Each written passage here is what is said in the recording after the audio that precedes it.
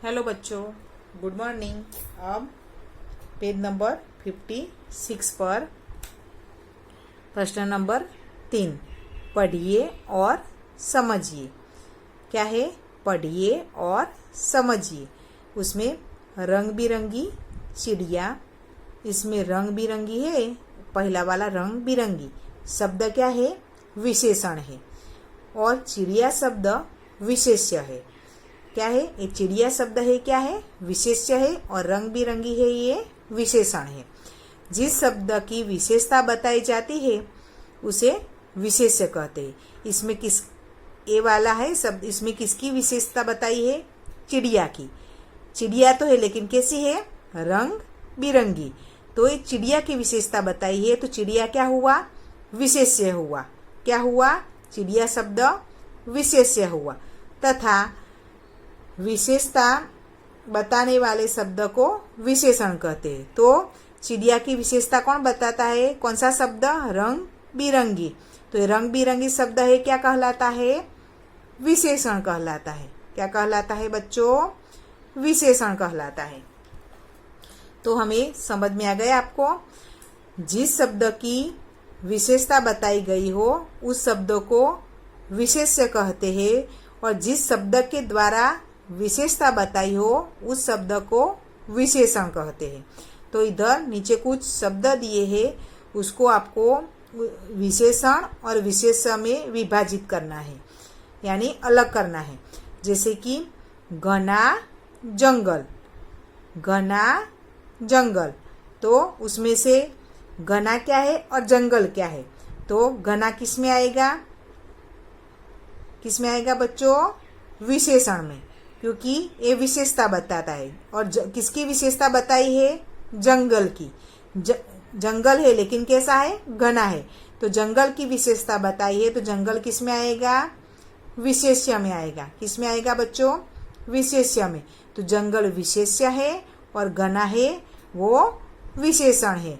तो घना की इधर लिखेंगे, ये विशेषण में लिखेंगे, और जंगल है वो विशेष्य में लिखेंगे। उसी प्रकार मोटी पतली चिड़िया, उसमें विशेषण कौन सा है? मोटी पतली। तो मोटी पतली हम विशेषण में लिखेंगे, और किसकी विशेषता बताई है? चिड़िया की। तो चिड़िया विशेष्य में लिखेंगे। समझ में आ गया बच्चों? उसके बाद है सुनहरी चिड़िया। तो सुनहरी किस में लिखेंगे? विशेषण में लिखेंगे। और चिड़िया कहाँ लिखेंगे? विशेष्य में लिखेंगे। समझ में आ गया? क्योंकि चिड़िया तो है लेकिन कैसी? सुनहरी। तो सुनहरी चिड़िया की विशेषता है, तो ये विशेषण हुआ। और किसकी विशेषता बताई है? चिड़िया की। तो ये विशेष्य हुआ। उसके बाद है स्वर्ण परी। तो स्वर्ण किस में आएगा? विशेषण में आएगा, और परी विशेष्य में आएगा। नीला विशेषण में आएगा और आसमान विशेष्य में आएगा। समझ में आ गया बच्चों? उसी प्रकार सुनहरे है, सुनहरे विशेषण है, पंख विशेष्य है। छोटे बड़े जानवर, तो छोटे बड़े क्या है? विशेषण है, और जानवर विशेष्य है। चमकीली आंखें, चमकीली क्या है? विशेषण है, और आंखें विशेष्य है। बूढ़े बाबा, बूढ़े क्या है? विशेषण है, और बाबा विशेष्य है। दमकीली काया, दमकीली विशेषण है और काया विशेष्य है। तो इसी प्रकार सभी शब्दों को आपको विशेषण और विशेष्य में विभाजित करना है कि कौन सा विशेषण है और कौन सा शब्द विशेष्य है। उसी प्रकार से आपको नीचे लिखना है। आपको अपनी टेक्स्ट बुक में ये वाला भी कंप्लीट करना है। तो आगे विषय संवर्धक क्रियाकलाप दिया है, जो आपको अपने आप खुद करना है। तो जितना आपको ये वाला आप नहीं करेंगे चलेगा। ये 3 नंबर पर जो दिया है वो आप जो इसमें से कॉयल हो उस पर सर्कल बनाकर कर देना। अब हम जो आगे के प्रश्न के उत्तर वाला टॉपिक बाकी था वो देखेंगे।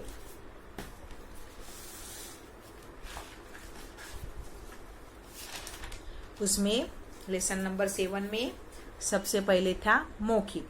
तो मौखिक में प्रश्न नंबर 2 में है कम से कम शब्दों में उत्तर दीजिए। तो उसमें कहे चिड़ियों की सरदार कौन थी। तो चिड़ियों की सरदार कौन थी बच्चों, मैंने कहानी सुनाई थी ना, आपको समझ में आ गया होगा। तो कौन थी चिड़ियों की सरदार, तो उसका उत्तर आएगा सुनहरी चिड़िया सभी चिड़ियों की सरदार थी। सुनहरी चिड़िया थी ना सभी चिड़ियों की सरदार। उसके बाद ख वाला, चिड़िया स्वयं को जंगल की रानी क्यों मानने लगी थी। वो सुनहरी चिड़िया थी, वो स्वयं को जंगल की रानी क्यों मानने लगी थी।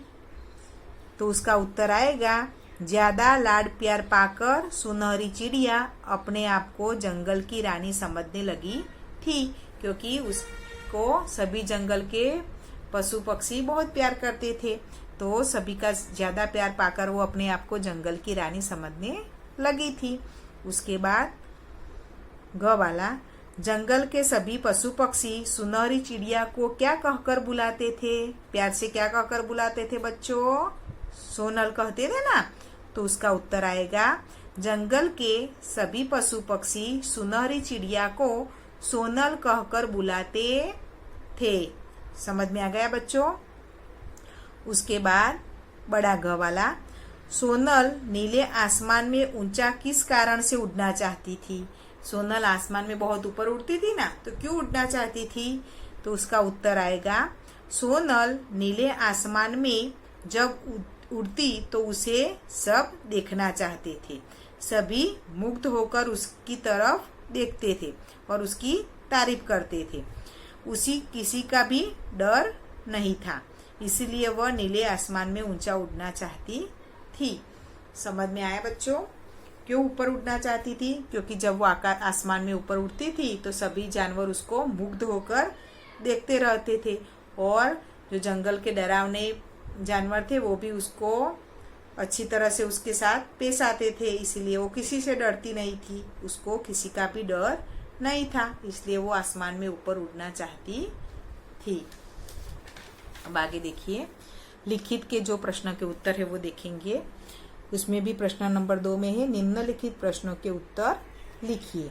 उसमें क है चिड़िया की विशेषताएं लिखिए, यानी जो सुनहरी चिड़िया थी उसमें क्या क्या विशेषताएं थी वो लिखनी है हमें।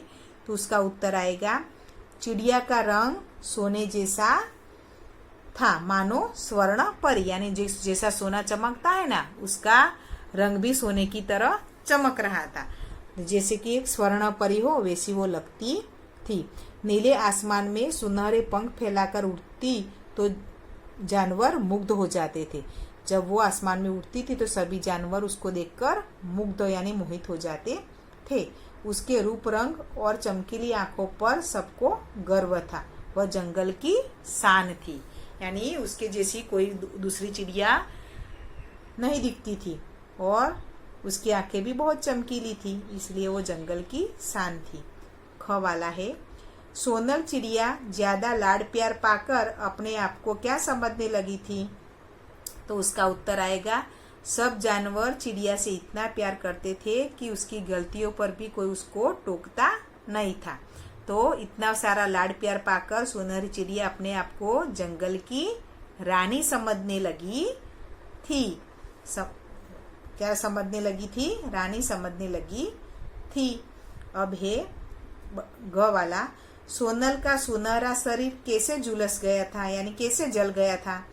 तो उसका उत्तर आएगा सोनल का सुनहरा शरीर ऊंची उड़ान भरने पर सूरज की गर्मी से झुलस गया था। जब वो आसमान में ऊपर उड़ने लगी तो सूरज की गर्मी के कारण उसके पंख जल गए थे ना, उसके लिए उसका शरीर झुलस गया था। अब है बड़ा ग वाला, सोनल उदास क्यों रहने लगी थी। तो उसका उत्तर आएगा सोनल उदास रहने लगी थी क्योंकि उसका सुनहरा रंग कैसा पड़ गया था, अब काला पड़ गया था। अब लास्ट वाला, बूढ़े बाबा ने सोनल को क्या सीख दी। जब उदास सोनल को देखा उस बूढ़े बाबा ने, तो सोनल को उन्होंने क्या सीख दी। तो उसका उत्तर आएगा बूढ़े बाबा ने सोनल को उदास देखकर उसे समझाया कि इस दुनिया में रूप रंग का कोई महत्व नहीं है। लोग उसी को अच्छा मानते हैं जिसके गुण हो, यानी जिसके अंदर अच्छे गुण हो उसी को लोग अच्छा मानते हैं। ऊपरी रूप रंग का इस दुनिया में कोई भी महत्व नहीं है। तो ये सभी की प्रश्न के उत्तर का मैं PDF बनाकर भेजूंगी आपको। ये वन टाइम अपनी नोटबुक में लिखने हैं और तैयार भी करने हैं। अब हम अगले वीडियो में मिलेंगे। गुड बाय बच्चों।